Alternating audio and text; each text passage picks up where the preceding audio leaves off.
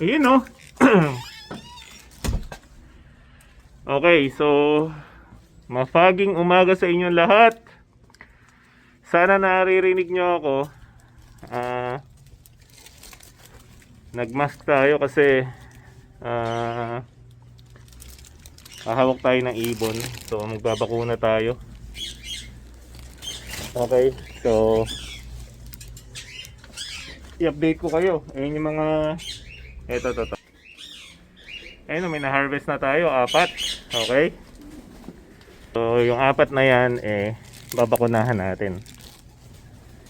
I-ready na natin sila sa pandigmaan. Okay? So, yan ang gagawin natin today. Tsaka update ko kayo ng konti. So, ito yung lagi nating hinihintay. Hinarvest na natin itlog nila. So, pinayaya na natin. Okay, ito, hindi natin payaya, sila bahala magyaya dyan. And then yung nandito, malamang awatin na rin natin yung nandito. Okay, at malalaki na sila. Tapos, maglilinis din tayo ng poop tray. Ayun o, nagmamold na.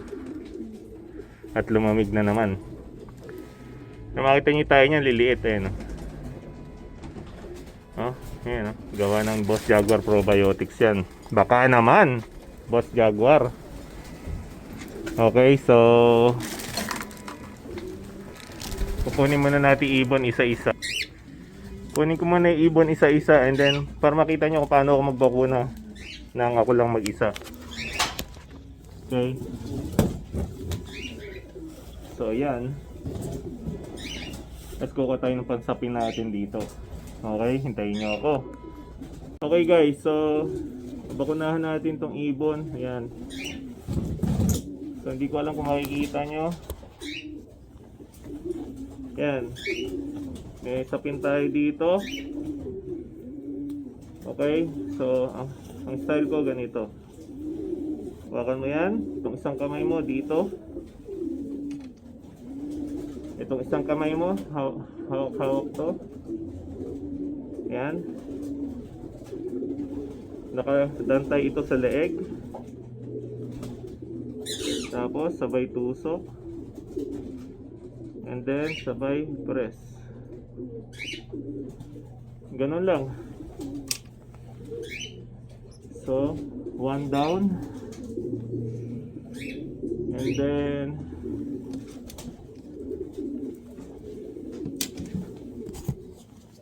same thing ito.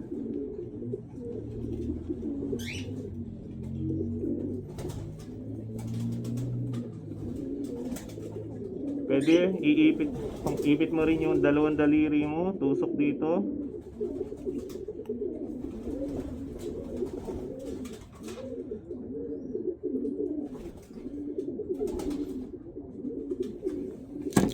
And then ito, same thing, pang-iipit ko na naman itong daliri dito.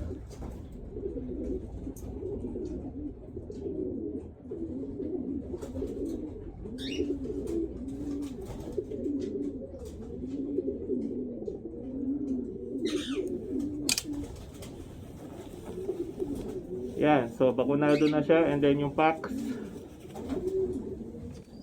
Ito. Sa may pao ko naman siya binabanatan.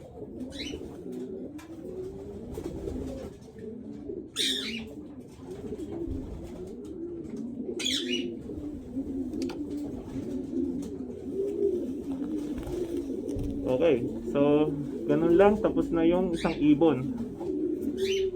So dapat ikaw ang nagko-control sa ibon, hindi ikaw ang kino-control ng ibon. Okay? Okay, again, ito ulit. Same scenario. Isang kamay nakadiin sa katawan. Ito. Isang kamay, sandaliri nakadiin sa ulo niya. Para hindi siya gumanon. Okay? I-adjust ko lang yung kamay natin doon sa nakikita natin. Okay, ito yung pinandidiin ko. Okay. Hindi ko alam kung nakikita nyo. Ayan, yung katawan. Kamay ko nasa katawan, yung itong daliri nandito sa ulo.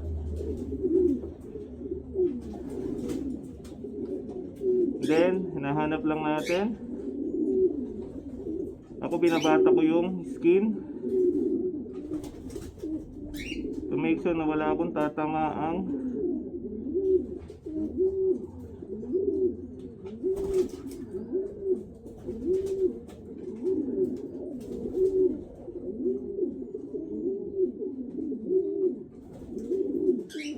yun. Ilan na tayo? 80, 60. Okay, and then next, ito naman, same thing. Hawiin uli ang ulo.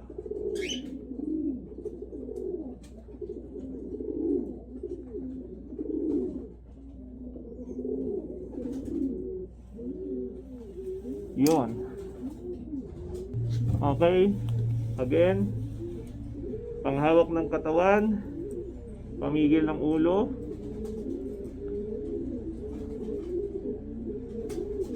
and then saksak.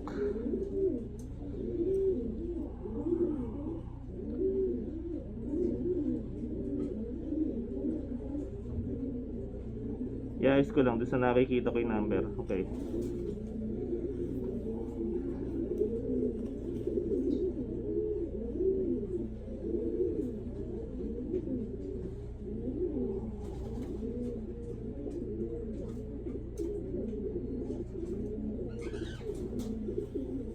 Okay.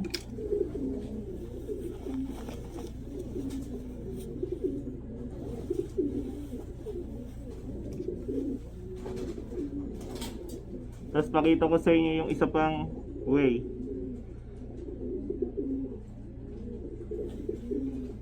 Tingnan nyo, hindi pumapalag yung ibon. Kasi dapat control nyo talaga siya. So isa pang way para hindi kayo mahirapang kakahawi ng balahibo, gumamit kayo ng pang spray na tubig. Kaya lang dahil malamig ngayon, ayokong gumamit nun.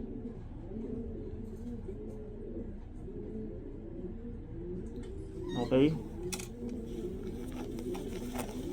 So yan. Tapos alam ko yung mga bago takot magsaksak dito kasi pwede nyo madisgrasya yung ibon.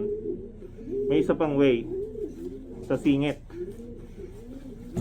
Itumba nyo lang yung ibon na ganyan. Same thing, ito gagamitin naman natin.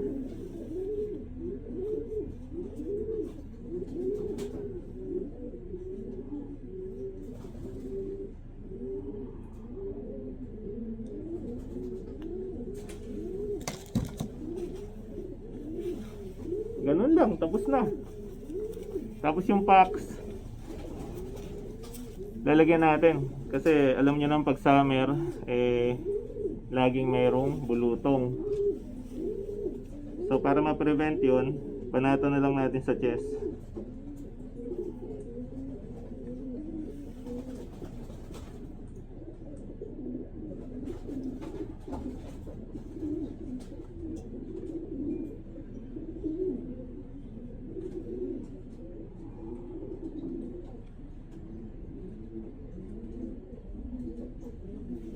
Konti lang, yung kada maliit lang na guhit nito pwede na.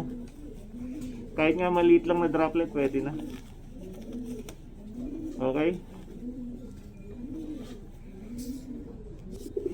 Okay, ito na yung pang-apat. Bibilisan na natin.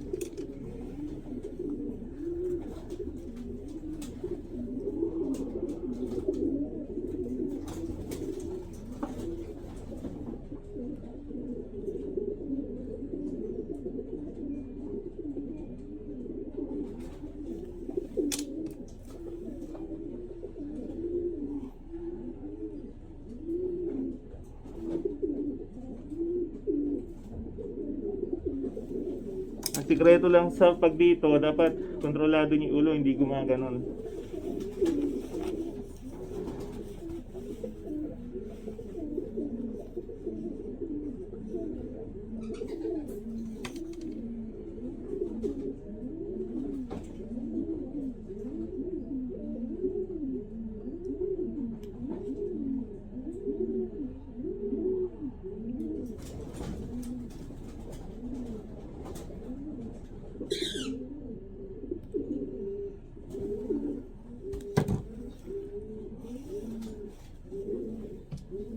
Tapos pambulutong.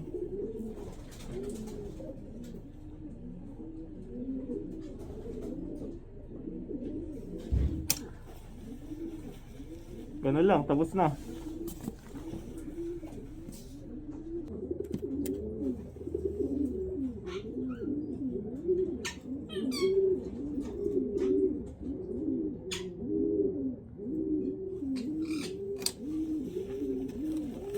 Okay, so panglima na natin to.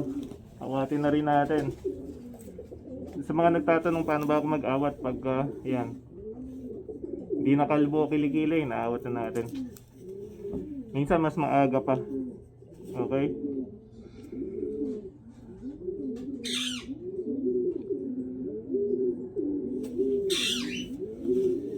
Yun natin kapatid niya. Okay guys, tapos na tayo magbakuna. So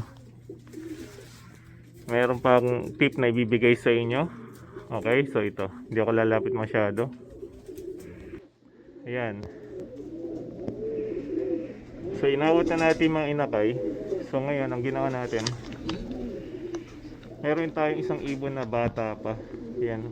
Yun na dyan, yung lilitaw yung ulo dyan. Yun. So, bakit ko siya inilagay dyan? Kasi ngayon, kain siya ng kain. Ngayon, na-encourage niya yung mga young bird na sabayan siyang kumain. Siya yung nagiging guide natin ngayon dyan. Dahil siya yung medyo may edad. Okay? So, yan ang isa sa magandang may dudulot na magsama ka ng isang kalapate. Pero yung bata pa dapat. Para hindi niya awayin. Ayan. So, nakita niyo naman nagkakalumpunan ngayon sa pakainan.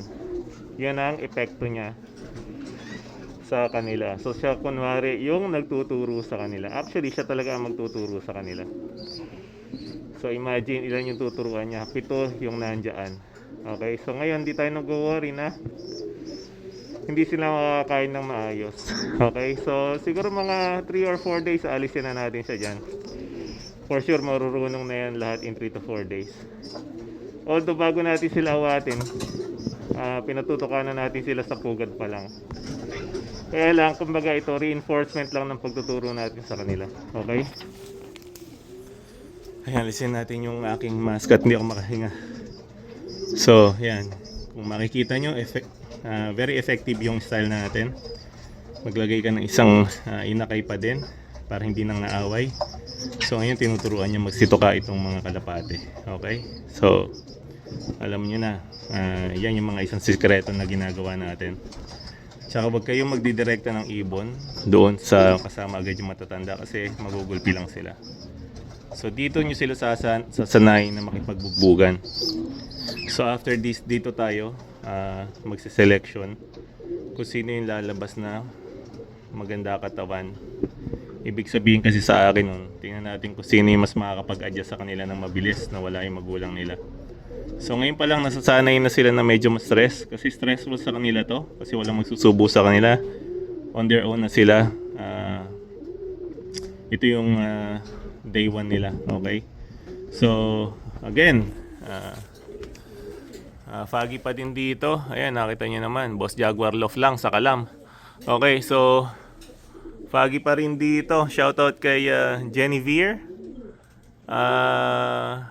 Ang kabilang kalahating puso ni Maymay. Okay, ni Amiel Reyes. Okay, so shoutout sa iyo, Genevieve. Correct me if I'm wrong, pero Genevieve yata ang pronunciation ng ano niya. Or Genevieve or Genevieve. Shoutout sa iyo. Mabuhay ka hanggang gusto mo. At magmahalan lang kayong dalawa. Okay? Maging good example kayo kung nasan man kayo. Okay? And then happy lang as always. Tiwala, yun lang ang sikreto, walang lihiman. And then shoutout sa mga bago nating subscribers. Si Joe Venturina ng Australia, nakakarating na tayo ng Australia. Si Kuya Ferdy ng Fort Sutter. Balita ko isa sa mabuting fancier dyan sa Fort Sutter. Sabi ng kaibigan nating si Robert, napakabait na tao daw. Kasamahan niya ng kaibigan nating si Randolph Gitonzo. Okay, sa mga newbie, okay lang na hindi sumang-ayon, pero makinig ka muna. Okay? So, yung iba, lalo na ako, nagsishare lang kami base sa na-experience namin. Kasi ayaw na namin ma-experience nyo yung mga pangit na na-experience namin sa pagkakalapate. Ganun lang yung kasimple. Okay? So, pero kung ano gusto mong gawin, nasa iyan. Kung yan ang tingin mong tama, nasa iyan. Okay? So, again, shoutout sa inyo lahat. Tropang RPG ng Central Valley. Alam nyo na. Lalo na doon sa number 1 subscriber natin, si Noel Wavers or Noel Espiritu sa Pilipinas. Shoutout sa iyo, kuya. Okay, mabuhay ka. Sana magtagumpay tayo ngayong taon na to. I-claim natin yung year ng 2026. Pero alam naman natin, ang hirap ng laban ngayon. Lahat ng loft nag-upgrade ng kanilang mga warriors. So, ang magiging battleground nila ngayon is yung one loft race. And then para sa amin, OLR tsaka club. Yan ang magiging battleground nila ngayon. So, sama-sama tayong makibaka sa larangan ng pagkakalapate. Alam nyo na. Noel Marciano, Melbourne Tiglao, Neben Melpasia, sa inyong lahat. Joe Venturina ng Australia. Okay, tropang RPG. Hindi ko na kayo isa-isahin. Alam niyo kung sino-sino kayo. Andiyan si Kuya JMC Love. Pabiya siya at pauwi siya ng California ngayon from Texas. Ingat ka, kuya. Pray muna bago sumakay ng aeroplano. Alam mo na. Ha? Kita-kits. Rock.